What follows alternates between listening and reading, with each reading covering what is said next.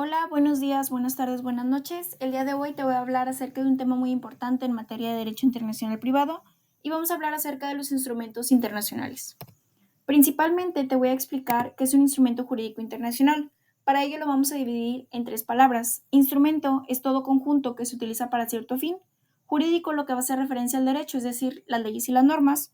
Y lo internacional entre las naciones, es decir, los países. Entonces, a grandes rasgos, es un conjunto de normas entre las naciones, o bien todo convenio, tratado, convención o pacto suscrito entre los países a fin de crear derechos y obligaciones para los estados que forman parte de él. Como instrumentos, en esta cuestión te voy a hablar acerca de 5 que son los que están apareciendo en pantalla. Empezando con el número 1, las apostilles es un sello que va a certificar la autenticidad de la firma y el título de quien firmó el documento. Va a certificar la calidad de la persona, es decir, en qué manera o en qué puesto actuó el signatario y asimismo la identidad del sello o el timbre del documento.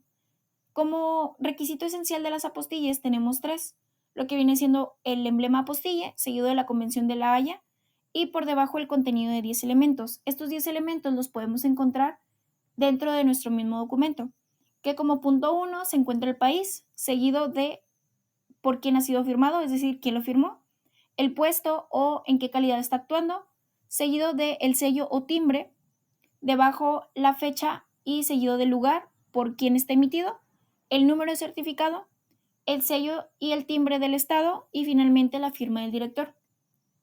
Para poder apostillar documentos es necesario presentar el documento original con la firma autógrafa del servidor público, el comprobante original del pago de derechos, una copia del CURP y el original de la identificación oficial vigente con fotografía, es decir, nuestra INE o IFE dependiendo de la vigencia o bien el pasaporte.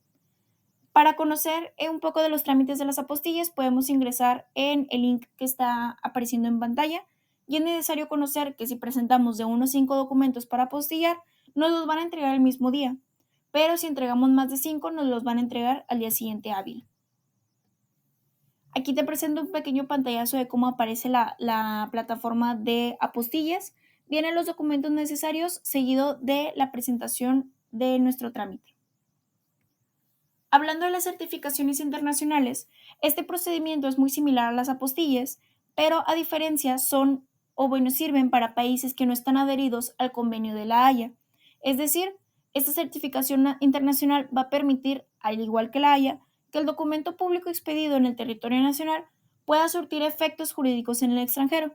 Y este procedimiento de legalización se lleva a través de las delegaciones de la Secretaría de Relaciones Exteriores. Para presentar el documento o bien llevar a cabo la certificación internacional, es necesario presentar el documento público en original con firma autógrafa y el sello previamente legalizado, la solicitud original debidamente requisitada, el comprobante original del pago de derechos y un original y copia de la identificación oficial vigente del titular del documento y en el caso del solicitante. Aquí está el pantallazo del link que estaba apareciendo en la pantalla anterior, en donde viene la cuestión de un concepto de legalización de documentos, se presentan los documentos necesarios y finalmente debemos de descargar y llenar la solicitud para el trámite de la legalización de los documentos, que es el que está apareciendo a mano izquierda, y a mano derecha la cuestión de la hoja del pago para tener el pago de nuestros derechos y poder legalizar nuestro documento. Cambiando un poco en materia, vamos a hablar acerca de la carta rogatoria.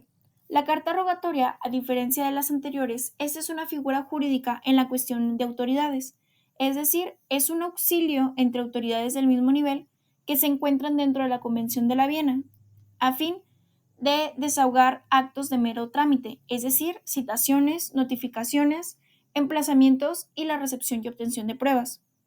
El procedimiento de las cartas rogatorias es muy sencillo. Basta con la presentación en la Dirección General de la Secretaría de Relaciones Exteriores y un seguimiento a través de 3 tipos, que viene siendo el ABC. Esto igualmente lo podemos encontrar en el link que aparece en la parte superior de esta pantalla y viene qué diligencias se pueden llevar a cabo dentro de las cartas rogatorias o exhortos, que son las que mencioné con anterioridad, notificaciones, emplazamientos, citaciones o recepción y obtención de pruebas. Hablando un poco del seguimiento, vamos a definir o entender a través de cómo vamos a llevar a cabo esta carta rogatoria. Si nos referimos a través de oficinas consulares, vamos a llevar a cabo este procedimiento o este trámite a través de mexicano a mexicano, es decir, personas del mismo país, ya que no van a notificar a persona de distinto país que no sea mexicano porque se lleva a cabo dentro del mismo consulado del país, más cercano al lugar de residencia. Y en este caso, como vamos a hablar o estamos hablando de personas del mismo país, no es necesaria la traducción, apostilla o legislación. En la cuestión de a través de trámites de instrumentos internacionales, esto va a ser aplicable a personas con país de destino diferente al mexicano. Y para ello debemos entender y explicar qué diligencia vamos a llevar a cabo, ya que las diligencias deben de llevar diversos protocolos que son muy distintos por medio de las páginas electrónicas y formularios que aparecen en la página de la Secretaría de Relaciones Exteriores, y es importante conocer que estos trámites requieren la traducción al inglés o país destino. En nuestra página podemos ver que no lo diferencian el punto B a través de instrumentos internacionales en un seguimiento de ABCD. Entonces, hablando del punto A, que viene siendo la Convención de la Haya sobre la notificación o traslado en el extranjero, vamos a primero que tener que dirigir nuestra carta rogatoria a la concesionaria ABC Legal Services en la plataforma que va a aparecer aquí mismo dentro de Relaciones Exteriores con los datos de la misma concesionaria. Debemos de presentar esta carta rogatoria en la Dirección General de Asuntos Jurídicos de la Secretaría de Relaciones Exteriores. Debemos proporcionar este formulario que está apareciendo en pantalla, que debe ser llenado con un procesador de textos publicado, firmado y sellado por la autoridad requiriente. Asimismo, esta solicitud debe ser traducida al inglés o bien llenada en inglés y se debe enviar por duplicado. Una vez que presentemos ante la dirección de la Secretaría esta solicitud, debemos de agregar el auto donde se ordena la diligencia que vamos a llevar a cabo, presentar los anexos, ya sea el escrito inicial o el llamamiento, señalar el domicilio de la persona que va a atender la diligencia, es decir, el nombre completo, la calle, número, ciudad, estado y código postal, la traducción de los documentos al inglés por un perito autorizado del Tribunal Superior de Justicia competente y enviar la documentación por triplicado, realizando el pago correspondiente a favor de ABC Legal Services. En el segundo punto, o bien de la Convención Interamericana sobre exhortos o cartas rogatorias y su protocolo adicional, debemos dirigirla principalmente a ABC Legal Services y presentar la carta rogatoria o el exhorto en la Dirección General de Asuntos Jurídicos de la Secretaría de Relaciones Exteriores. Para ello debemos agregar los formularios ABC y ABC que aparecen en el anexo protocolo adicional. Del lado izquierdo aparece el formulario A y cómo debe ser llenado. Para ello debemos de seguir los puntos que están apareciendo en pantalla y entrar a la página de trámites de la Secretaría de Relaciones Exteriores para poder descargar los formularios y presentarlos ante la autoridad competente.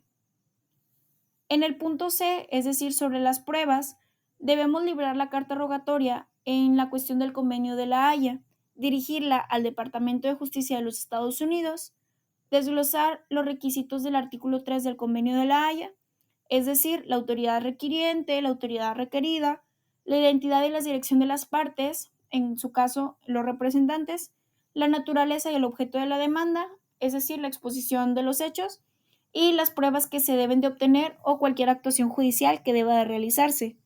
Todo esta cuestión debe ser traducida, toda la documentación en inglés, y debe ser enviada por triplicado. Finalmente, en el punto D, con la Convención Interamericana sobre la recepción de pruebas en el extranjero, debe ser dirigida a la autoridad central del país. Para ello, en la página de la Secretaría de Relaciones Exteriores aparece un link en el que podemos verificar lo que está apareciendo en pantalla, que son las autoridades centrales, es decir, a qué país va a destino.